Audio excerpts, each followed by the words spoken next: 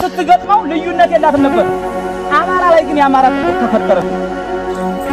የአማራ ጥቁር እንገናኝበት ድምረት ይዛቸው እንደደምስ የብልጽግና ሰው ነው ከፋፈሩ ለዩን ትክክለኛ ታጋዩና ትክክለኛ የማይታገለውን የአማራ ህዝብ ማወቅ አልቻለም። አርበኛ ንጉስ አበራ እንደነገራችሁ ፋኖ ያልሆነ ፋኖ መሳይ ተፈጠረብን። ዩኒፎርም የለበሰ ፋኖ መስሎ ፋኖ ያልሆነ የአማራን ህዝብ የሚዘርፍ የሚደፍር የሚያንኳኳ የሚሰጥ ኬላ የሚሰራ ፋኖ ተፈጠረብን። ማን ነው የፈጠረብን? አብይ አህመድ ነው። ማንን ተጠቅሞ? ጥቁር አማራ አድማ በታኝ ፖሊስና ሚኒሻን እነደምስ ተጠቅሞ ዋርካው ወዳጆ ምን ነበር ያለው? በራጎ ላይ ራያ ጥቁር አልብሼ ሰሜን ወሎን ጥቁር አልብሼ አሁንም ልደግመው ነው አለ። የበቀት አካሄድ ግን የሄደው ዋርካው ወዳጆ ጊዜያዊ ስምምነት አለ። ጊዜያዊ ስምምነት ነው። ላንተን ሰራዊትን ቦታ ካስያዘ በኋላ የማይሰራ ዲሽቃ ከሰጠ በኋላ የሰራ ስናይፐርና ብሬን ሰጥተን ሸወርናችሁ። ፍቃችንን ግን ጫካ ደብቀን ነበርኛ። ልጆቻችንን ከቤት አስገብተን ነበር ያለ። የኮሪደር ልማት በማለት አብይ አህመድ ያለብን ምንድን ነው? አማራን ከአዲስ አበባ ማፈናቀል ነው። የኮሪደር ልማት አይደለም፣ አማራን የማጥፋት ስራ ነው። 40 ሺህ ቤቶች ሲፈርሱ አንዷና ትምህርት ቤት የደረሰው ልጇን ልታወጣ ስትሄድ እቤት እየጠባ የነበረው ልጅ አላወጡትም። ፎቁን ሲያፈርሱ አዳፈኑት። ጩኸት አለ፣ እየጮህብን ነው፣ አውጡኝ የሚል ድምፅ አለ። ያታግለናል አያታግለንም? ያታግለናል። ይሄ ነው ትግላችን። የነ መሐመድ ቢሆን ልጆች ምን ሊሆኑ ነበር ነው የኛ ጥያቄ። የነ ሞላ ደስዬ ልጆች ምን ሊሆኑ ነው ቦሩ ስላሴ ላይ እየተሰውት ብለን ነበር የኛ ጥያቄ። በክራንች የሚሄዱ ወንድሞቻችን ማን ነው የሚያሳክማቸው ብለን ነበር ጥያቄያችን። ካንዴ ሁለት ሶስቴ ይህን ጥያቄ እየተጠየቅን ካላሳከማችሁልን ካልካሳችሁልን ትጥቃን ፈታም ነው። በዚህ ትግል በወታደራዊ አቋም ሁኔታ አብይ አህመድን በልጠነው አንበርክከነዋል። ያላንበረከከነው ማን ነው? የኛ ምላሳም ነው። ያልተንበረከከልና የኛ ምላሳም ነው። የኛ ምላሳም ማንን ይዞ የምርጥ አብሳ ቤተሰብ ይሆን ከዚህ ስልክ እየደወልክ ምን ነገር የፖሊስ ዘመድ ይሆን ከዚህ ስልክ ደውለህ ምን ነገር አማራውና አማራ ያልሆንክ ስጋህን የወደድክ ማለት ነው። እኔ ፋኖ አሰፋ መሰለ ከአማራ ፋኖ ብሔራዊ ኃይል ምስራቅ አማራ ቀጠና አደረጃጀት ዘርፍ ምክትል ነኝ። ፈሪ አላህና እግዚአብሔር የአማራ ህዝብ እንዲጠፋ ተወስኖበታል። ግን እንዳይጠፋ ደግሞ መልእክተኛ ልከውለታል። ያ ማለት አሳረኛው ፋኖ ማለት ነው። የአማራ ትግል መነሻው ምንድነው? መነሻው የአማራ ህዝብ ማወቅ አለበት። መነሻው ማለት ነው። መነሻውን እስካላወቅነው ድረስ መዳረሻውን ልናውቀው ስለማንችል የአማራ ህዝብ መነሻው አብይ አህመድን ካመጡበነ በኋላ ጠቅላይ ሚኒስተር ካደረጉት በኋላ የአማራ ህዝብ የተደረገበት የዘር ማጥፋት ጭፍጨፋ 1 2 3 ብለን እንነግራችኋለን። የትግላችን መነሻ ስለሆነ ማለት ነው። አብይ አህመድ ወደ ስልጣን ከመጣ በኋላ ስመኘው በቀለን አሳጣን። የአማራን ምሁር የአማራን ጀግና አባይ ግድብን የደፈረውን ጀግናችንን ስመኘው በቀለን አሳጣን። ስመኘው በቀለን ካሳጣን በኋላ አማራ እየተደራጀ አማራ በመደራጀት በእስር ቤት የነበረው 9 ዓመት የታሰረው የራሳው መብረቅ የወለው ፈርጥ ብርጋዴር ጄኔራል አሳምነው ጽጌ ከእስር ቤት እንደወጣ አማራ ክልል ላይ የጸጥታ ዘርፍ ሆኖ ተሾመ። እሱ ከተሾመ በኋላ የአማራ ህዝብ ከ500 ዓመት በፊት የተሰራውን ታሪክ ትንትና አርጎ ለአማራ ህዝብ ማስተማር ጀመረ። እየደረሰብን ያለውን ግብ ከነ አጼ ሚኒሊክ ከነ አጼ ቴዎድሮስ ከነ በላይ ዘለቀ ፋኖነት ጀምሮ ያለውን ነገረን እና ቢኖ ጴጥሮስ የሰሩትን ነገረን። ያ ታሪክ አሁንም ተመልሶ መጥቷልና የአማራ ህዝብ ካልተደራጀና ካልጠነከረ ከ500 ዓመት በፊት የነበረው ይደገማናል። ብርጋዴር ጄኔራል አሳምነው ጽጌ ወደ እስር ቤት እንዲገባም ያደረገው አብይ አህመድ ነበረ። ደህንነቱ ነው ያሳሰረው እሱ ነበረ። ከወጣ በኋላ ደግሞ የአማራን ህዝብ የራሱ ለማድረግ ደግሞ ምን ማድረግ ነበረበት? አሳምነውን መፍታትና ስልጣን መስጠት ነበረበት። ምክንያቱም የአማራ ህዝብ አሳምነውን ይወደው ስለነበረ ስስብልቱ ምንድነው ብሎ ያጤን ነበረ። የአማራን ህዝብ የኔ ለማድረግ ምን ማለት አለብኝ ነበር? አንደኛ እናሳምነውን ስልጣን ላይ ማስቀመጥ፣ ሁለተኛ ኢትዮጵያ ኢትዮጵያ እያለ ማልቀስ አብይ አህመድ። ምክንያቱም ኢትዮጵያ ስንባል አማራ ማለት ስስብልት ያለን ኢትዮጵያ ሲባል የምንሸወድ ስለሆነ በአረንጓዴ ቢጫ ቀይ ባንዲራ ብቻ የምናምን ስለሆነ ብርጋዴር ጄኔራል አሳምነው ጽጌን 2011 ዓ.ም አብይ አህመድ እና አምባቸው መኮንን የአማራ ምሁራኖች ገሎ እርስ በርስ ተጋደሉ ብሎ ሴራ ሰራብን። ሽመልስ አብዲሳ ምን አለን? አባይ ማዶ ተሻግረን ቁማሩን በልተናል ብሎናል አለም። ብሎናን እኮ ነግሮናን እኮ አባይ ማዶ ማሩን በልተናዋን ያለና እነ ብርጋዴር ጄኔራል አሳምነው ጽጌና እና አምባቸው መኮንን ሲገሉ ነበር። የአማራ ህዝብ ግን አልነቃም ነበር። 9 ጊዜ በላጎ ምሽግን ሞክሮ በሞርተር በመድፍ በዙ በዱረን በታንክ ያልቻለውን ለምስራቅ አማራ ፋኖ አንድ ቀን ተሰጠው። መስከረም 15 ቀን 2015 ዓ.ም በላጎ ምሽግ ላይ ምን ተሰራ እና አሸናፊ አለሙ ምን ሰሩ ብለህ ጠይቅ። በላጎ ምሽግ ሲሰበር ለ6 ሰዓት ነበር የፈጀው። መከላከያ 9 ጊዜ ያልቻለው በ6 ሰዓት ውስጥ ግን የተሰዋብን የአማራ የቁርጥ ቀን ልጅ አሳረኛው ፋኖ 9 ነበር። በላጎ ምሽግ ሲሰበር እና አሸናፊ አለሙ እነ ሲላምላክ ደጉ ሲቀሩባት እዛች ተራራ ላይ 9 ሰው ተሰውቶብን በመከላከያ ሰራዊት 9 ጊዜ ተሞክሮ ፋኖ እንዴት በ6 ሰዓት ይሰብረዋል? የኔን ስም ወስዳውብኛልና በራቸው ብሎ ለ105ኛ ኮማንዶዎች አብይ አህመድና ምርኮኛው ብርሃኑ ጁላ ትእዛዝ አውርደው ከጀርባችን ተመትተን 104 ሬሳ 143 ቁስለኛ ይዘን ወጣን። በመከላከያ ሰራዊት የአማራ ህዝብ ልታውቀው ይገባሃል። ይሄን እኛ ግን የዛን ሰዓት ሀገር ማፍረስ ነውና ዋርካው ምሬ ወዳጆ ሚስጥሩን አላወጣውም ነበር። ምክንያቱም በዛ ሰዓት መከላከያ መታይብን የሀገር መከላከያ ሰራዊትን አማራ ወጋው ብሎ ደግሞ አብይ አህመድ ሌላ ስም ስለሚሰጥ እንደ ህወሓት 104 ሬሳ ስንቀብር ግን ማሳ ነበር የተቀበሩት። ቤተክርስቲያን እንኳን አላገኘንም ነበር፣ ሰዓት ስላልነበረን 143 ቁስለኛ የሚያሳክምልን አልነበረም። የዛን ሰዓት አሳረኛው ፋኖ ግን ያንን ውጊያ ከጀመረ በኋላ ተሐድሶ እንኳን ይደረግላችሁ ቢባል አፈር እንበላለን እንጂ ራያ የኛ እናቶች እያለቀሱ እኛ እዚህ አንቀርም። 104 የተሰዋ 143 ቁስለኛ ይዘን ወጥተናል። ራያ መሬት እናልቃለን እንጂ አንመለስም ነው ያለው። መስከረም 23 ቀን ራያን ነፃ ወጣን። ከዛ በኋላ ምን አደረገን? እነ ሲላምላክ ደጉ ቤተሰቦች ጥቁራቸውን ሳይገፉ የናሸናፊ አለሙ ቤተሰቦች ጥቁራቸውን ሳይገፉ የ104ቱ ቤተሰቦች ሀዘናቸውን ሳይረሱ የ143 ቁስለኞች ሕክምና ሳያደርጉ አብይ አህመድ ምን አለ? ተጥቅፍቱ አለ። እኛ እኮ ጥያቄያችን የወንድ ጥያቄ እኮ ነው። መንግስት እንሆን አላልነውም። ነገር ግን ክተት መክት ብለና እያለ የተሰውትን ካስልነ የታመሙትን አሳክምልነ እኛ ሰርቶ እንበላለን። የኛ ጥያቄ የነ መሐመድ ቢሆነ ልጆች ምን ሊሆኑ ነበር ነው የኛ ጥያቄ። የነ ሞላ ደስዬ ልጆች ምን ሊሆኑ ነው በሩ ሰላሴ ላይ የተሰውት ብለን ነበር የኛ ጥያቄ። በክራንቻ የሚሄዱ ወንድሞቻችን ማን ነው የሚያሳክማቸው ብለን ነበር ጥያቄያችን። ካንዴ 2-3 ይህን ጥያቄ እየተጠየቅን ካላሳከማችሁልን ካልካሳችሁልን ትጥቅ አንፈታም ነው። ትጥቅ መፍታት ነበረብን አልነበረብንም? አልነበረብንም አይደለ? አንፈታም አሉ። እኛ አንፈታም ስንለው የህዝብ ልጅ መሆናችንን አወቀ። ፋኖን ትጥቅ ማስፈታ የአማራ ልዩ ኃይል ከጀርባ እነሱ ወግኖ ይመታኛል። ስለዚህ የመጀመሪያ አማራጭ የአማራ ልዩ ኃይል ትጥቅ ማስፈታት አለብኝ ነበር። አብይ አህመድ ቁማሩ መጋቢት 29 እና 28 ትጥቅ ይፈታሉ የአማራ ልዩ ኃይል በሁሉም ክልሎች ያሉት ልዩ ኃይሎች ትጥቅ ይፈታሉ የሚል መመሪያ ወርዶ ባህር ዳር ላይ የመጀመሪያ ትጥቅ የሚፈታው ብሔር ግን ማን ነበረ? አማራ ነበረ። የመጀመሪያ ትጥቅ የሚፈታው መድኃኒት አይጥ ላይ እንደሚሞከረው አማራ ላይ ነው አብይ አህመድ ውሳኔ የሚሞክረው። ከዛ በኋላ ምን አደረገ? ከመራዋ ጀምሮ እስከ ደብረ ብርሃን አዲስ አበባ ጫፍ ድረስ የተኩስ ናዳ አደረባት። አማራ ክልል ጥቁር መዝገብ ናት ያዟል። እናቶች እንዲሸበሩ አባቶች እንዲሸበሩ አማራ ያለበት ቁመራ ምን እንደሆነ ግራ የተጋባና የተወዘጋገበ ማህበረሰብ እንዲሆን ነበር የሚፈልገው አብይ አህመድ። ተኩስ ያደረው ግን ባረቃሙ አገኘው ተሻገር የሰለጠነው ልዩ ኃይል የብርጋዴር ጄኔራል አሳምነው ጽጌ ልዩ ኃይል አልነበረም። ያን ምን ነበር ፍላጎቱ? አማራ ማወዛገብ ጥይት እየተኮሰ የራያ ቆቦ ወጣት ጤናኛው ግን ምን አድርጎ ነበር? የእውነት ልዩ ኃይሉ ሊፈርስ መስሎት ምግብ ቤት ዙረን አንድ ምግብ ቤት ልዩ ኃይል እንዳትቀበሉ ልዩ ኃይል የበላው ነው ብላችሁ ለኛ ሪፖርት አድርጉልን እንከፍላለን። ልዩ ኃይል ዩኒፎርም የለበሰ በነፃ ይብላ ይጠጣ ብለን ሆቴል አዘዝነኛ። የእውነት መስሎና ለካ የናገኘው ተሻገርና የና አብይ አህመድ ጎሳ ናቸው እነሱ። ወደኛ ይመጣሉ መስሎና ሲፈርሱ እኛ ጫካ ገባን ወንድሞቻችንን ይዘን እንዋጋለን ብለን።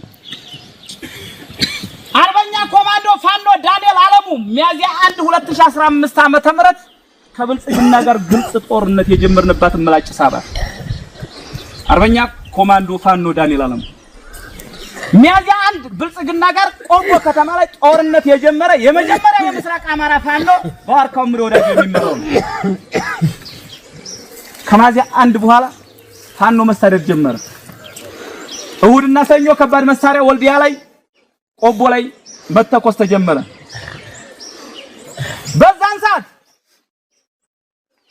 ዋርካው ምሬ ወዳጆ ምን ነበር ያለው? በላጎ ላይ ራያን ጥቁር አልብሼ ሰሜን ወሎን ጥቁር አልብሼ አሁንም ልደግመው ነው አለ። የበቀት አካሄድ ግን የሄደው ዋርካው ምሬ ወዳጆ ጊዜያዊ ስምምነት አለ። ጊዜያዊ ስምምነት ብሎ ለአንድ ቀን ሰራዊትን ቦታ ካስያዘ በኋላ የማይሰራ ዲሽቃ ከሰጠ በኋላ የማይሰራ ስናይፐርና ብሬን ሰጥተን ሸወርናቸው። ፍቃችንን ግን ጫካ ደብቀን ነበርኛ። ልጆቻችንን ከቤት አስገብተን ነበር ያለ። ምን ሳይሞላው በምስራቅ አማራ ፋኖ ጀብድነት ጽንፈኛውን አሸባሪውን እያለ ሲናገር የነበረው ሸኘ ነው።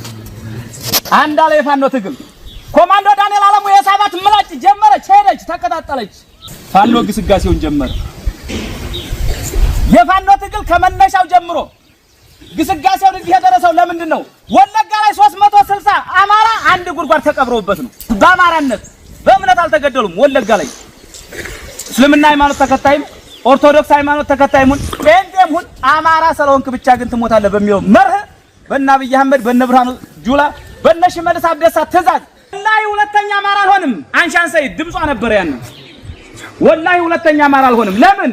አማራነት የሚያስገድል እስልምና እምነት የሚያድን መስሏት ነበር። ግን ማን ነው የሚያስገድለው?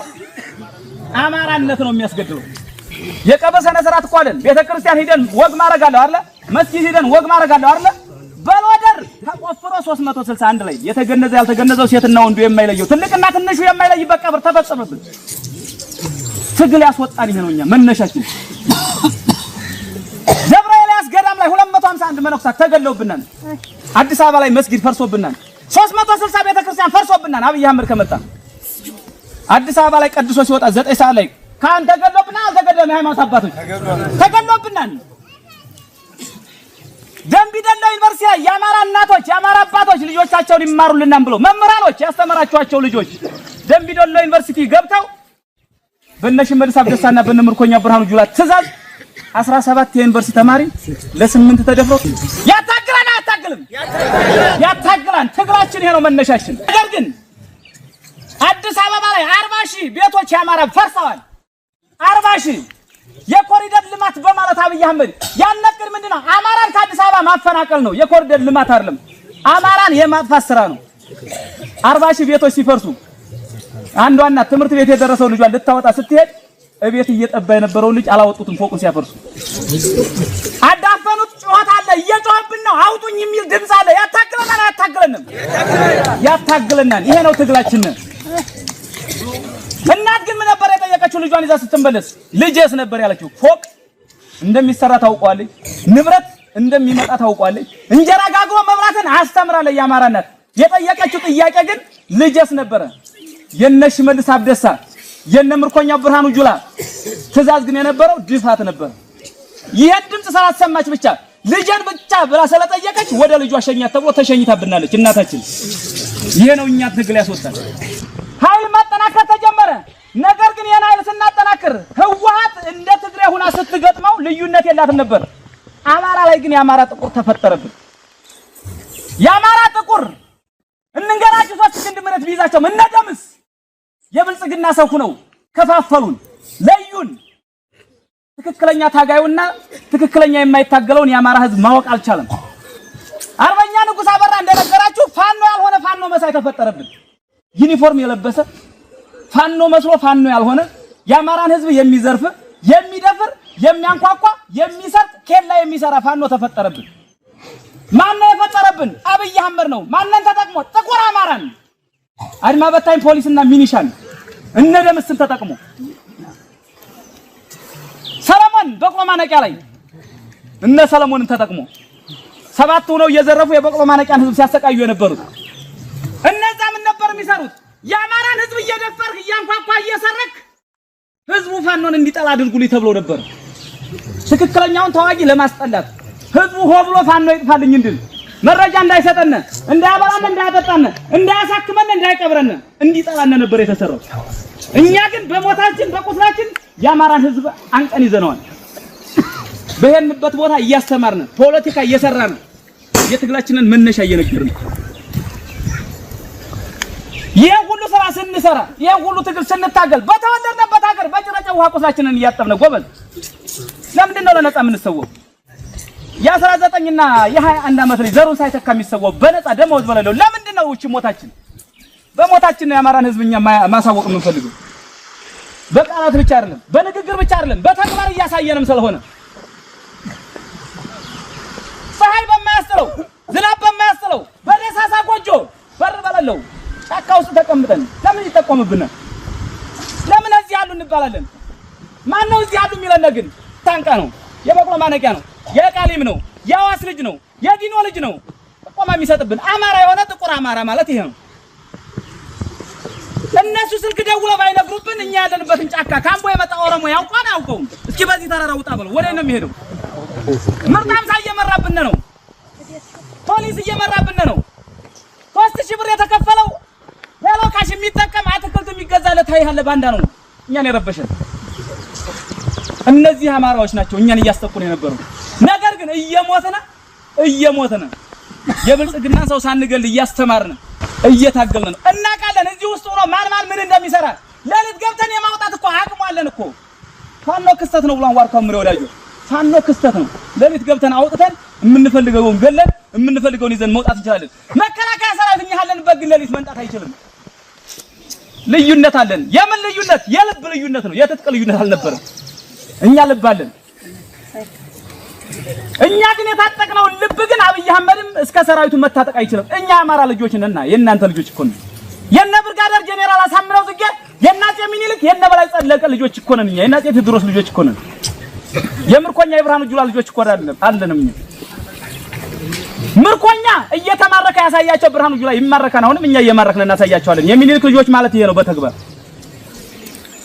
ይሄንን ስናደርግ ግን ጥቁር አማራዎች ይረብሸውና በጥቁር አማራዎች ምክንያት ትግላችን እየተራዘመብን ሄዶ ነበር አደረጃጀታችንን ሰርተናል ሰራዊታችንን ገንብተናል የኛ ሰራዊት ቤት ማንኳኳት አይችልም ንጉስ አበራ እንደነገራችሁ ሴት ለመድፈር አይደለም የወጣው የአማራን ህዝብ ቤት አናፈርስም ቤት ልንሰራለት ነው የአማራ ህዝብ የሚፈርድለት የለም የአማራን ህዝብ የሚያድነው የለም አብይ አህመድ እየገደለው ነው አብይ አህመድ እየፈረደበት ነው እኛ ግን የወጣው የአማራን ህዝብ ልንፈርድለት የአማራን ህዝብ ልናድነው ነው የወጣ ነው ይሄን ደግሞ ያረጋግጥነው ደግሞ በምንድነው በሞታችን ነው በወግ አይደለም አብይ አህመድ ያወራን እኛ እንሰራለን የኛ ስራና ያብይ ወሬ በተግባር እየታየ ነው ነገር ግን ይሄ ህዝብ 2 አመት ሙሉ በአብይ አህመድ በብልጽግና ሲመራ የነበረ ስለነበረ ልባችሁ የሸፈተ ያሳረኛው ፋኖ ወገን ይሆናችሁ እናውቃችኋለን በሁለት ቢላዋ ስበላ የነበርክ ባንዳ ለቁምጢ ደግሞ አለ በሁለት ቢላዋ ስበላ የነበረ ትላንትና እኛ ጽንፈኛ እረኞች ስትለና የነበርክ ሰው አለ እኛ አንገልም በሐሳብ ነው የምንገለው አርበኛ ንጉስ አበራ ነግሯቸዋል የፋኖ ቅል ሌላም ሰው መጥቶ ቢሰበስባችሁ ተመሳሳይ ድምጽ ነው የምንናገረው የሚነግረና ፈሪያ ያላህና ፈሪያ እግዚአብሔር የሚመራነን እነኛ በቃ አለቀ ወንድሞቼ ጋር አልዋጋም ብለህ መሳሪያን ብልጽግና ይወሰደብህ ትታጠቃለህ አሁን ግል ትጥቃለህ ትላንትና እኛ ጋር ሆነ እየመራህም ሆነ እየታገልክ የነበረ እስካሁን ያልታገልክም ከነበረ ከዚህ በኋላ ጠቅለህ ወጥተህ ትታገላለህ እንታገላለን አብይ አህመድ ደግሞ እንድንኖር አልፈቀደልንም አባቶቻችን ጥቁር እንዲለብሱ እናቶቻችን ጥቁር እንዲለብሱ አማራ የተባለ ወጣት እንዲረሸን ከሆነም ደግሞ አማራ ክልል ለቆ ስደተኛ እንዲሆን ባህር እንዲበላው በሰው ሀገር እንዲከራተት ነው የፈቀደልን አብይ አህመድ ስለዚህ አብይን ከፈቀደልን ደግሞ ዋርካው ምሬ ወዳጆ ደግሞ ዘመነ ካሴ ሀብቴ ወልዴ ኢንጂነር ደሳለኝ ሲያስብ ሸባ ደግሞ ምንድነው የፈቀዱልን አማራን አደራጅተው አማራን የማዳን ስራ ማለት ነው ያብይን ስርዓት ነው መቀበል ያለብን የነዋርካውን ስርዓት የነዋርካውን ስርዓት ማለት ነው የነ ሀብቴ ወልዴ የነ ዘመነን ስርዓት ማለት ነው የኛ ትግል ይሄ ነው አይታችሁና አላያችሁንም ሰራዊት አይታችሁና አላያችሁትም ጀግንነት አይታችሁና አላያችሁም ስንዋጋ ትግርኛ የሚናገርና ኤርትራኛ የሚናገር ነበር አልነበረም አብይ አህመድ ምንድነው ያለው የትግራይ ሰራዊት 250 ምርኮኛ የኤርትራ ጄኔራል 2 ምርኮኛ ይዤ ትግሬዎችና ኤርትራ ሆነው ነው የወጉኝ እንጂ ፋኖ የለም ይላል ይሄን የሚል ለምን መሰለህ አማራ ጀግና መሆኑን ላለመመስከር ነው ገብታችኋል አይደል ፋኖ ነው የተዋጋ ማን ነው ፋኖ ነው አይደል ጥቁር አስፋልት ላይ ነው ያላችሁት አይታችሁታል አብይ አህመድ በዚህ ልክ እየሄደ ነው ለግዳን ወረዳ ያልሆነ ብልጽግና ለሳንቃ አይሆናችሁም ብልጽግናዎች ካላችሁ ብልጽግና ጋር ስትሰሩ የነበራችሁ ግዳን ወረዳ 18 ምርኮኛ ነበር የተያዘው 18 ምርኮኛ ሲያዝ ራሳቸውን ያጠፋሉ። ፋኖ ይገላን ይረሽናን አይናችሁን ያወጣ ምናምን ተብሎ ተነግሯቸው እንደ ኦሮሞስ አያውቀንም። ሃይው ተወልዶ ያደገ ሚኒሻ ራሱን ያጠፋል። ፋኖቹ ይዟን ብሎ ይገላን ተብሎ ፖሊስ ራሱን ያጠፋል። ግዳም ወረዳ 18ቱ ስንይዝ ግን ጫማ እንኳን አስወለቅናቸው በእንክብካቤ ያዝናቸው። ከዛ በኋላ ምን አሉ ጓደኞቻችን ራሳቸውን ያጠፉት በስተት ነበረ። ፋኖ የሚሰራው ፖለቲካ ሳይሆን አብይ የሚሰራው ፖለቲካ ነው ስተቱ። የውሸት አርጎ እኛን አስጨረሰን። ለካ ፋኖ ትክክለኛ ፈሪያ እግዚአብሔርና ፈሪያ አላህን ይዞ የሚታገል የአማራ ታጋይ ነው አሉ። ከ18 አሁን 60 ደርሰዋል። 42 ምርኮኛ አይገሉም ሲባል መጥቶ እጁን ሰጥቷል። ግዳን ወረዳ ይሄ ፖሊስ ሚኒሻና ብልጽግና ብቻ ነው። የመከላከያ ምርኮኛ 300 ምናምን አለ። 300 ምናምኑ 38 ብቻ ናቸው አማራ። አስብ ሌላው ማንን ሊወር መጥቷል? አማራን ሊወር መጥቷል። እኛም ቦ ሂደናን እንዴ? ወለጋ ሂደናን እንዴ? ሻሸመኔ ሂደናን እንዴ? ተወልደን አደግንበት አገር እኮ ነው። እዚህ እኮ ነው ያለው። በዚህ ትግል በወታደራዊ አቋም ሁኔታ አብይ አህመድን በልጠነው አንበርክከነዋል። ያላንበረከከነው ማንን ነው? የኛ ምላሳም ነው። ያልተንበረከከልና የኛ ምላሳም ነው። የኛ ምላሳም ማንን ይዞ የምርጥ አብሳ ቤተሰብ ይሆን ከዚህ ስልክ እየደወልክ ምን ነገር የፖሊስ ዘመድ ይሆን ከዚህ ስልክ ደውለህ ምን ነገር አማራውና አማራ ያልሆንክ ስጋህን የወደድክ ማለት ነው። በደሞዙ እኮ ነው አበል ለማግኘት እኮ ነው። ወልዲያ ላይ ወደ መከላከያ ለማስገባት አንድ ወጣት የያዘ 5000 ብር ተከፈለ አልተከፈለም? ሳንካ ላይ ተከፈለ አልተከፈለም? ታዲያ አማራን የሸጠ አማራ ማለት ናቸው አይደሉ? አማራን ሽጠው ተናገሩትም። ጌታችን ኢየሱስ ክርስቶስን የሸጠው ማን ነው? አይሁዳ ነው አይደል? የአማራን ወጣት በ5000 ብር የሸጠው ማን ነው? ፖሊስና ሚሊሻ አይደለ? አይሁዳ ናቸው አይደሉ? አዎ በተግባር መሬት ላይ ያሳዩን ማለት ነው። ገባችኋል አይደል? አብይ አህመድ ለግንዘብ ወልዲያ አንዱን ብልጽግና ወጥተን ስንገለው ይደሰታል። ያዙ አብይ ይደሰታል። አንደኛው ምን አለ? 6 ሚኒሻ ነበሩ፣ አንድ ፋኖ ነበረ። ተኩስ ገጠሙ። 5ቱ ሚኒሻ ገደላቸው አንዱ ፋኖ። አንዱን ፋኖ ግን አንድ ሚኒሻ ገደለው። ከዛ ኦሮሞ ሆዶ ሪፖርት ሲያደርግ ለምን አለው? ዝም በለው ሁሉም አማራ አልቋን አለው። ሁሉም አማራ አልቋን። የነሱ ስራ አማራ መቀነስ ብቻ ነው። ይሄን ሰራ እየነገርናቸው ግን አይገባቸዋል። በቁርጥ ሸጡት፣ በጃምቦ ሸጡት ማንነታቸውን። ይሁዳ ጌታችን ኢየሱስ ክርስቶስን እንደሸጠው የአማራን ህዝብ ደግሞ ምርጣንታ አድማ በታኝ አድማ በታኝና የፖሊስ ዘመድ ይሆን እንደው ደረቱን ነፍስ አማራ ነው ለማለት እሱን ወይ አክትፍ ብለህ እንዲሞት መዋጋት አለበት ወይ ደግሞ ሰብከ ማንጣት አለበት። ከዛ ውጭ ምላሳትን ደርብነ በመድኃኒዓለም በሸሆቹ ይዘናል። እኛ ትክክለኛ እንትናችንን ለፈጣሪ መስጠት ብቻ ነው። አናውቅም ለጥንቅሽ አገዳ በከፈን ለይም። ነገር ግን ፖሊስ አድማ በታኝ እኛ ወልዲያን ስንቆጣጠራት ወደ ነው የሚሸሹት? ወደ አምቦ ሲሄድ አሳክመኝ ማለት አይችልም። ቋንቋውን አይችልም። ኦሮምኛውን ርቦኛና አብላኝ ማለት አይችልም። አሞኛም ብሎ መናገር አይችልም። ውሃ ስጠኝ ብሎ መናገር አይችልም። የሚሄደው መናገር ከማይችለው ኦሮሚያ ክልል ማለት ነው። ከዛ በኋላ ምንድነው የሚሆነው? ሽንት ቤት ትረክሉት ይጠርጋል። ተገሷና ባሪያ ሆኗና አገሩን ክዶ ሆዷና የመጨረሻ ጣፋንታ ይሄ ሳይሆንባቸው ግን እዚህ አካባቢ ትውልድ ያላችሁ አሁንም ንገሯቸው። እኛ ማርያምን አንመታቸው። በፖለቲካው ምን ላይ እንደደረስን ንገራችሁ። ምናልባት የአማራ ህዝብ እንዳይሞት፣ የአማራ ህዝብ ሰርቶ እንዲበላ፣ የአማራ ህዝብ ዘሩን እንዲዘካ፣ የአማራ ህዝብ የትኛውም ከተማ ላይ የትኛውም ክልል ላይ የትኛውም ጎራ ላይ ሄዶ እንዲበላ፣ እንዲጠጣ፣ እንዲኖር፣ እንዲሰራ ለሚፈቅድ አካል ማንኛውም አካል ጋር አብረን እንሰራለን። ይዛችሁኛል አይደል? አማራን የሚያከብር ከሆነ አማራ እንዳይሞት የሚፈልግ ከሆነ አማራ ሲያገኝ የሚደሰት ከሆነ አማራ የትኛውም ቦታ ላይ ሄዶ ሲኖር አማራ ላይ ብሎ ደረቱን ነፍቶ ሲናገር የማይከፋው አካል ካገኘን አብረነው እንሰራለን። ነገር ግን የአማራ መሞት የአማራን ርስ መውሰድ የሚያስደስተው የአማራ የዘር መጥፋት ጭፍጨፋ ሲደረግ የሚያስደስተው የአማራ መምህርም ሆነ አርሶ አደርም ሆነ ነጋዴ ሌላ ክልል ላይ ሄዶ ሲያስተምርም ሆነ ሲነግድ የሚቀናና የሚከፋው አማራን የሚገድል አካል ጋር ግን ማንንም ጋር አንሰራም። ጠላታችን ነው። ፖለቲካችን በዚህ ልክ ሄዷል። አብይ አህመድ ግን ትላንትና ስንጨፈጭፈው ስንማርከው ስንገለው አቅም ሲያጣ ምን ብሎናል? መካነ ሰላም ላይ ያዙ በደንብ እስልምና ሃይማኖት ተከታይ ያላችሁ እንዴ ናችሁ? ነገ አላችሁ አይደለ? አሉ ያዙልኝ። እስልምና ሃይማኖት ተከታይ አባቶች ይኸው እዛ ፊት ለፊት እያያችሁ ይኸው ፀሐይ ነው የምንናገረው። የእምነት ትግል አለ የምንታገለው እኛ። የማንነት ትግል ነው ትግላችን። የእምነት ትግል አይደለም፣ የማንነት ትግል ነው። እናንሻን ሰይድ የተሰውበት እነ መሐመድ ቢሆነኝ የተሰውበት ትግል ነው።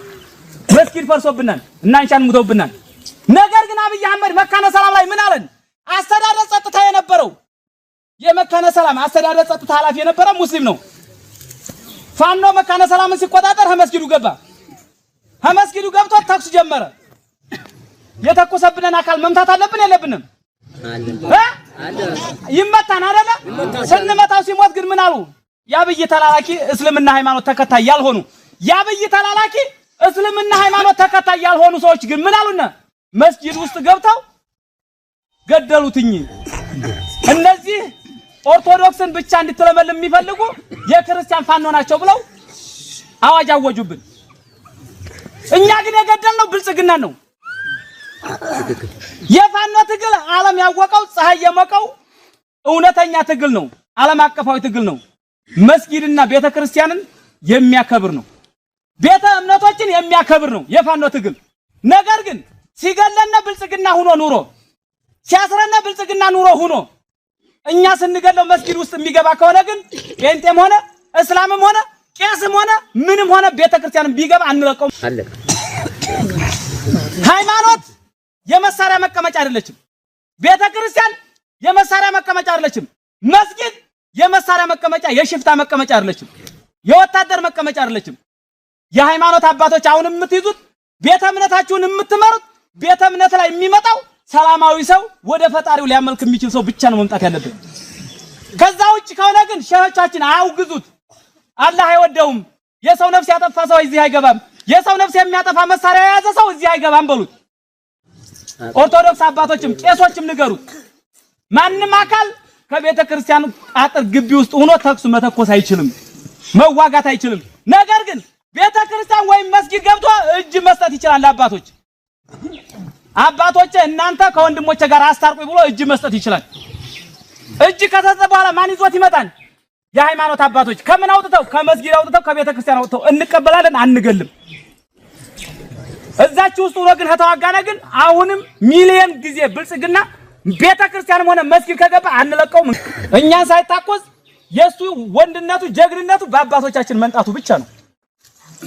ይሄን እንዳደርጉ ተመክሩልንና አብይ አህመድ በፖለቲካው ስለተሸነፈ የፖለቲካውን ቁማር እዚህ ላይ ሰላመጣብን።